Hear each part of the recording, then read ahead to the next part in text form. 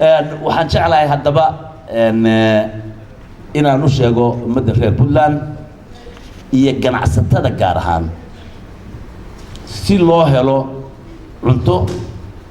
daawo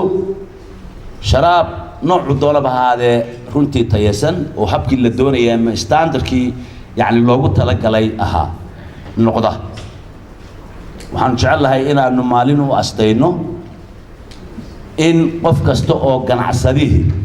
uu u diyaar garoobo wixii ka dambeeya maalinta bisha September bisha 9 qof ganacsata ah oo wax aanu u haysanin shahaadadii ama certificate-kii yani soo dejin karaa runtii ma jiro wax uu dhoofin karaana ma jiro wayn imika hadhow yaan la iseedayn waxaan u maleynayaa almost waa bil weeye sooma bisha waa laga diyaar garoobi karaa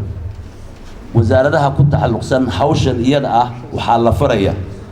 September 15 qofkii aan isagu haysanin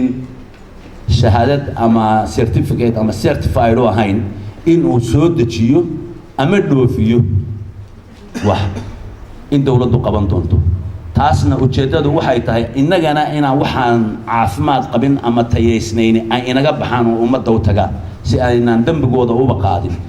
innaguna aynaan soo dejin si aynaan ummadeena ama dadkeena caafimaadkiisa iyo jiritaankiisa aan uga fakaro labada arrimoodba labadaas aan uga jeednaa hal iska jiro ganacsatada waxaan leeyahay waa September 15 bisha 9 15 weeye wixii ka dambeeya qof kasta wuxuu keenayana waa laga eegayaa qof kasta wuxuu dhoofinayana waa laga eegayaa waxaan tayeysnayna dalkan kama dhoofi karaan mana soo gali karaan shacabkana waxa leeyahay hana ugu la shaqeeyo oo dawladda lagu shaqeeyo